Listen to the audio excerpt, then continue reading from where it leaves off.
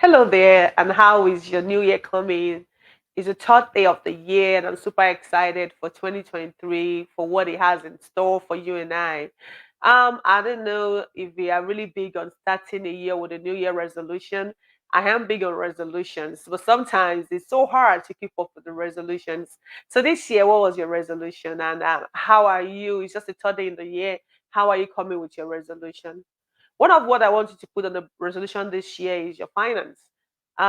Financial journey, financial freedom, financial planning. They are so important because we see that a lot of times we have people struggling with their finances. If people are in debt, they have bad credit score, bad credit numbers, and when they buy things, they have to pay high interest rate because of this. So we have to take a closely look into our financial journey, understanding our finances, and to see how we can improve on where one is lacking.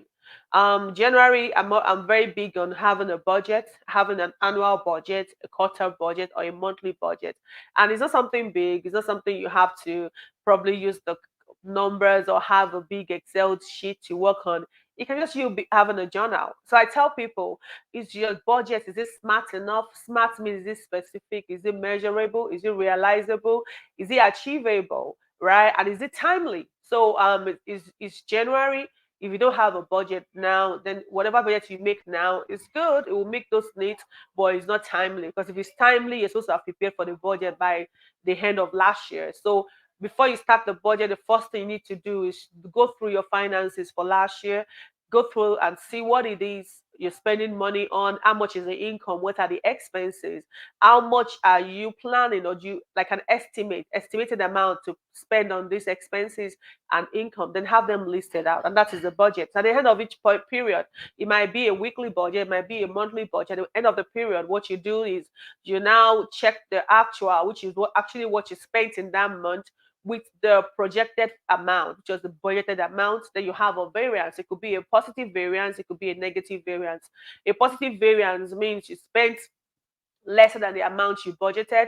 So in the following month, when you are preparing the budget, you put this into consideration. If it's a negative variance, then that means you actually spent more than what you had budgeted for, which is not good. So budget is good.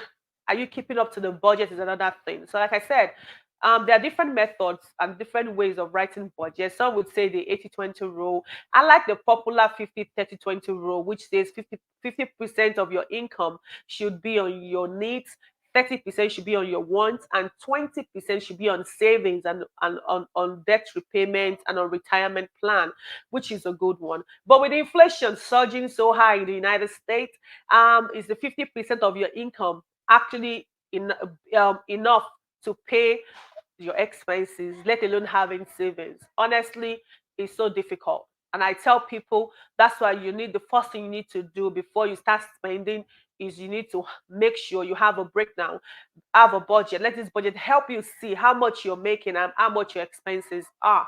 So once you know what it is, are you making more or you are making less? If you are making less, start looking for ways to increase your income. Or better still, how do you reduce the expenses? For example, having a TV in the house and you watch a cable TV is a want, is not a need. A need would be to have a TV you watch over an internet. So if you want extra, then you start having thinking of having a cable TV. So if your expenses is more than your income, might start thinking of cutting off the cable bills. Another good example is you want a Mercedes Benz or you want a Toyota. All this having a vehicle here is really important. The type of vehicle you need, it becomes a want, not a need.